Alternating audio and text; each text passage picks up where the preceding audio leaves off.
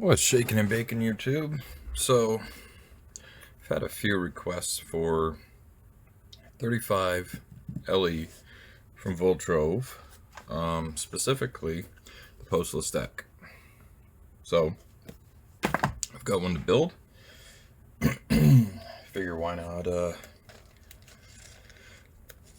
build it here, wick it here, so everybody can see. So I've got a couple of staggered coils, 2736 all nichrome. I'll start out with those.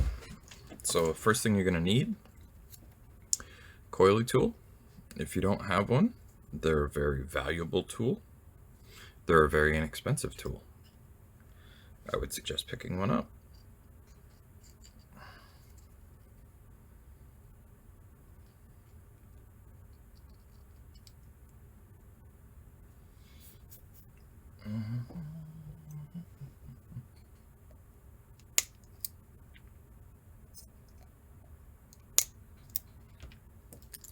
I'm going to go through real quick and just clip our legs on both of our coils. We are cutting them at 3.5 millimeter. 3.5 works great for 4.5 to 5 millimeter coils. I would probably go to a 4 mil leg if I had a 4 mil coil, just to raise it off the deck a little bit.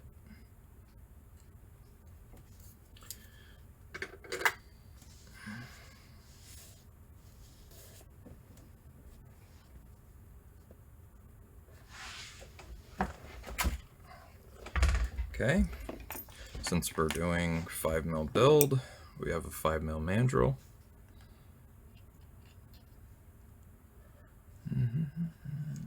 Now, with the legs, it really, to me personally, it doesn't matter which way these legs go. I typically always put them like this, but it doesn't matter. I'm going to start on the side of the deck that's facing me.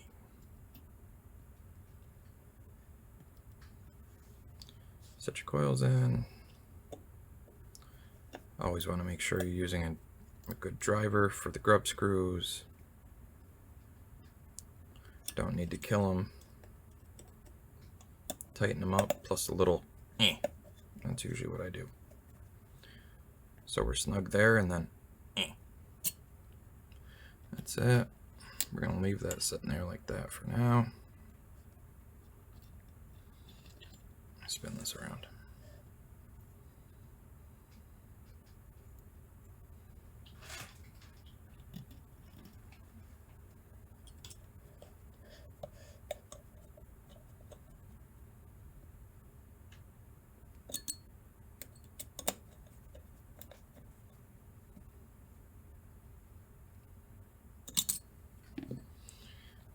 Okay. Now for coil placement.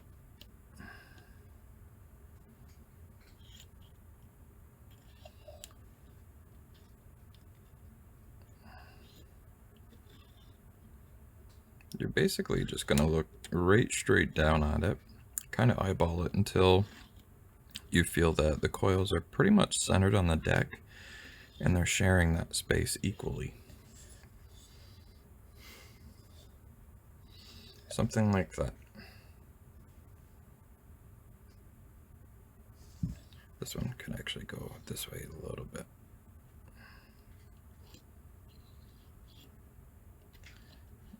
And turn. There we go. There we go. For alignment purposes, I usually look, this way. I'll tip it and I'll look at my coil height. The nice thing about the Postless deck is basically, so long as you have a way of cutting those legs accurately every time, your coil height is almost always going to be perfect, unless you've manipulated the coil by lifting it manually.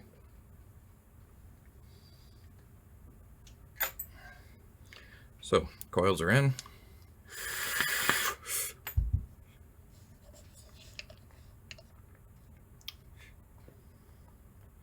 going to acknowledge that we have a new build on deck. We're going to turn our wattage down.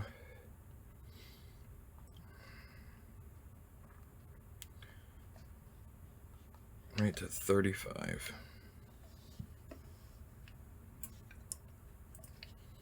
Nice slow pulses.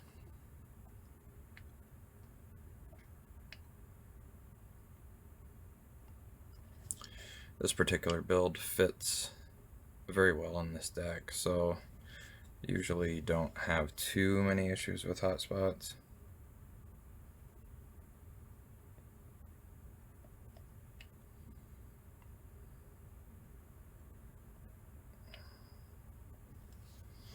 Getting a temp protect, so let's go into settings, atomizer, remeasure.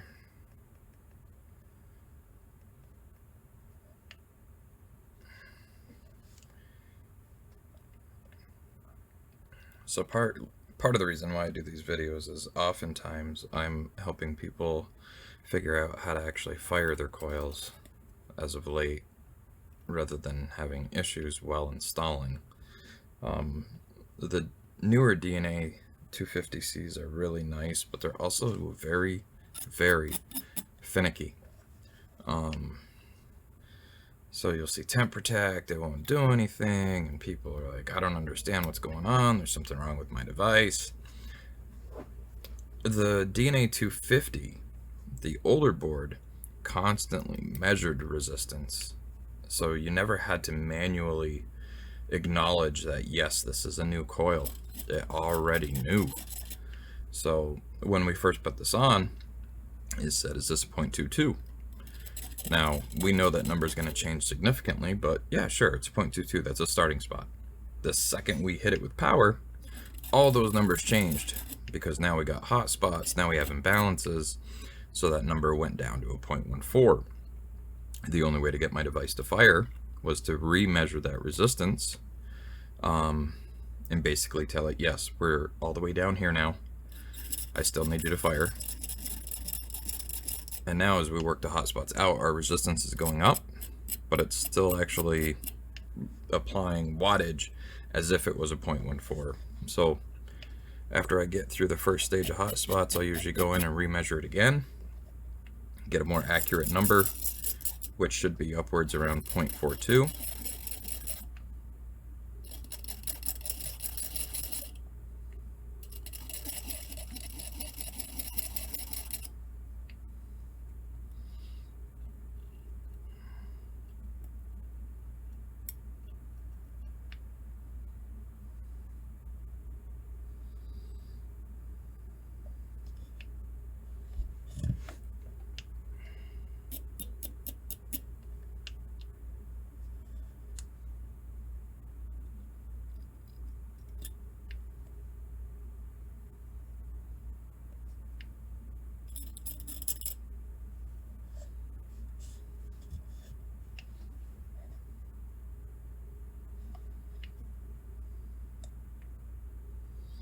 Okay, we're kind of glowing evenly.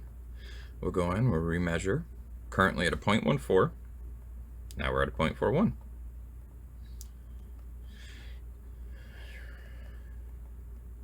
Now we'll go up in wattage. We were at 35, we're going to go up to 75.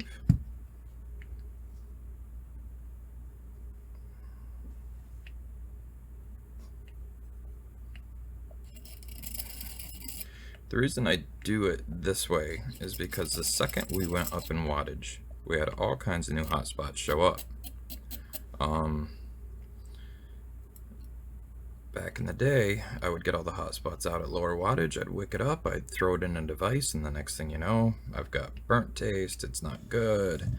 I had hotspots come back up because even though you worked all those hotspots out at a lower wattage, they're still kind of hanging out, and they usually show their head after you've spent the time wicking it and getting it full of juice, and it's just a pain in the butt. So that's why I normally dry fire my stuff at a pretty decent amount of wattage before wicking it. So I really don't want to have to take it all apart again.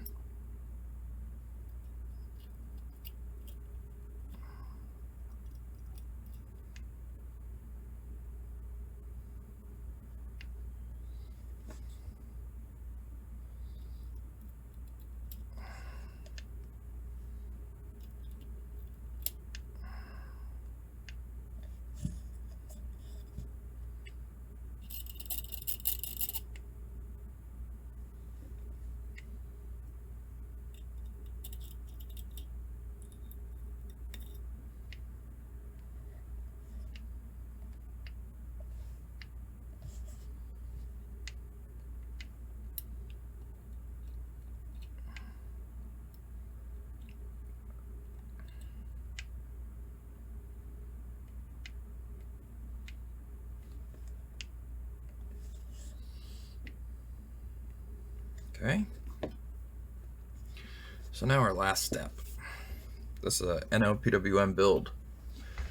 A DNA is never going to hit a type of input voltage that a NLPWM is going to. So I always take that deck and put it on an NLPWM now that it's all broken, right? We don't have hotspots. And I'm just going to basically start over again to ensure that I don't have more issues when I actually set it up on the device I intend to run it on.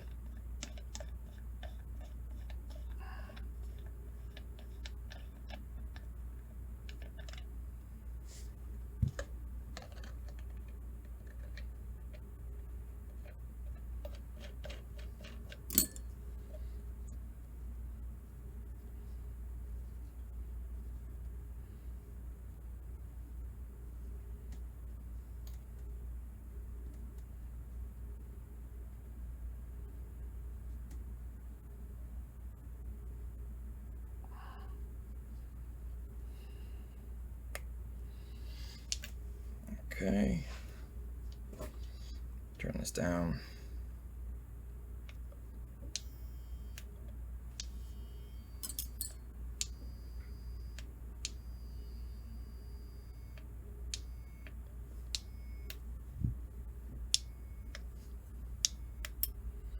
There's one little spot right there.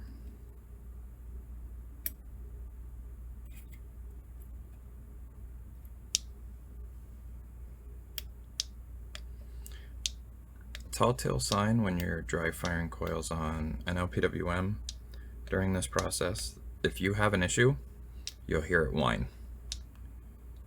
If you don't hear it whine, you have no hotspots.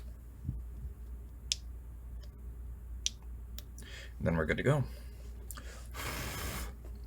Need a drink.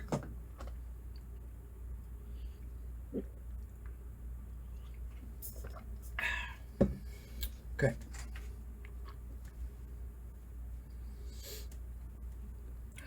It's a 5 mil coil, so we need some 5 mil strips of cotton. By saying that, I don't literally mean a 5 millimeter strip of cotton.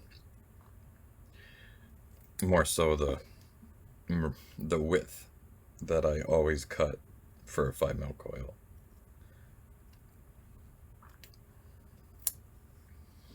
Which is pretty much a half inch wide.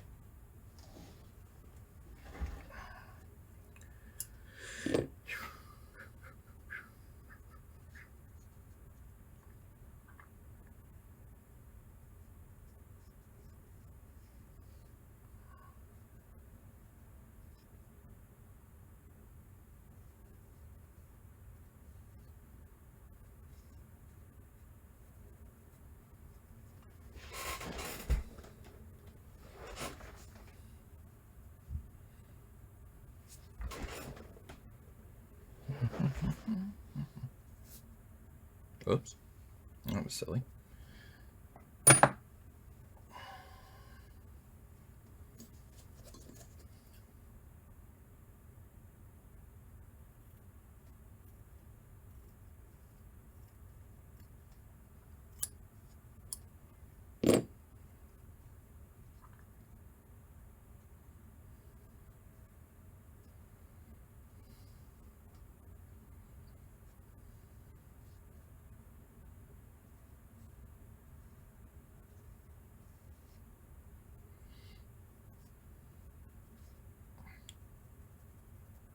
Okay.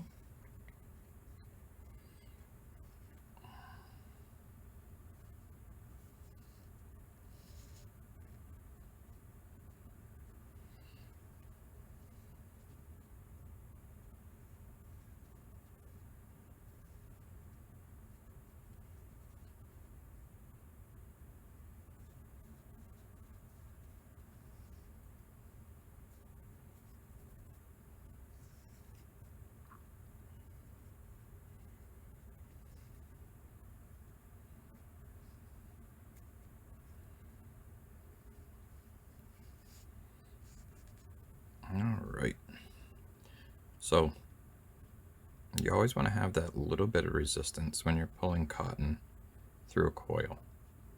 You don't want it to just be able to pull right through, but you don't want it to be so darn tight that it messes up the coil. But you can see that there's a little bit of movement on the coil itself. That's what we're after.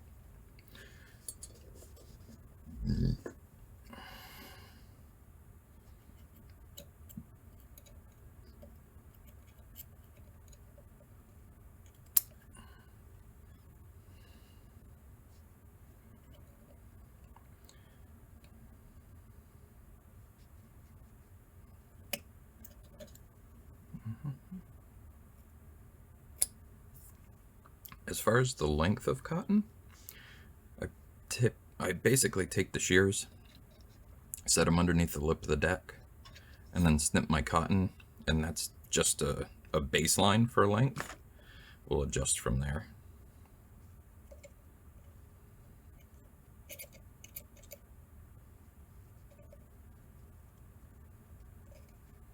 You can just score it.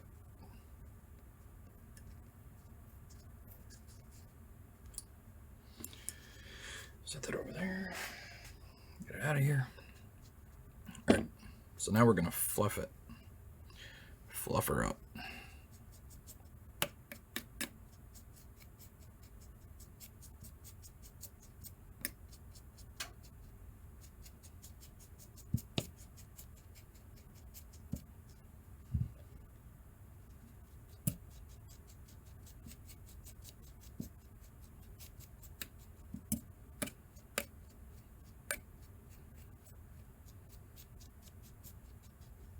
Okay, go ahead and remove this stuff right out of here.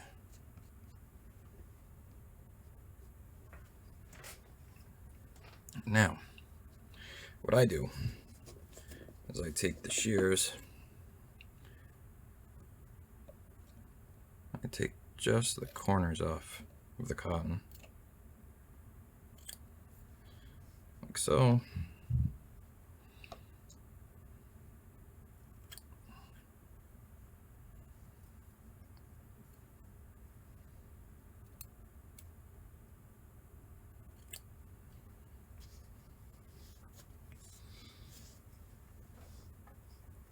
And now we're going to check our length again.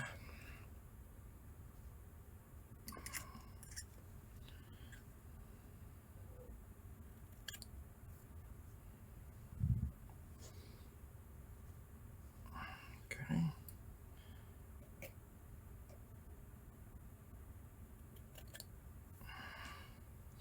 Now let's see what we're looking at here. So our cotton is just basically falling at that O-ring, which is exactly what we're looking for.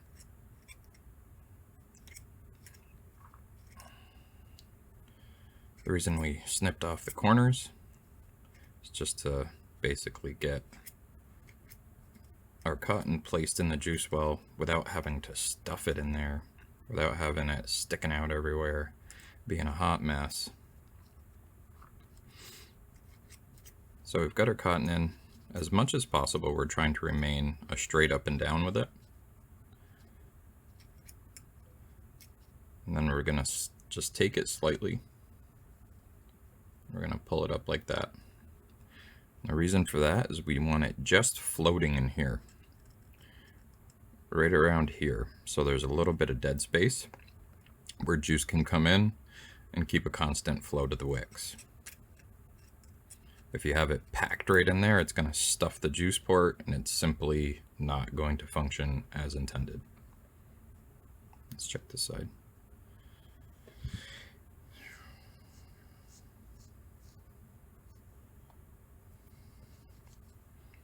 Okay, let's place this.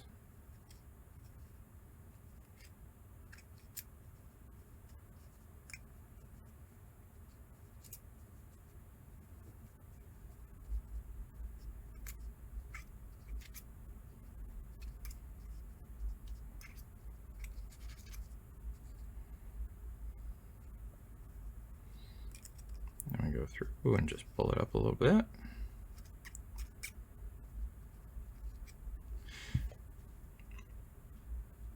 And that is it. That's a build in a Wick 35 LE Postless deck. That's how I build mine. Works flawlessly. This build I run at 265 watts. It's just smooth as silk. Excellent vape. And it keeps wicking consistently. So if you guys have issues, you're struggling, hopefully this helps.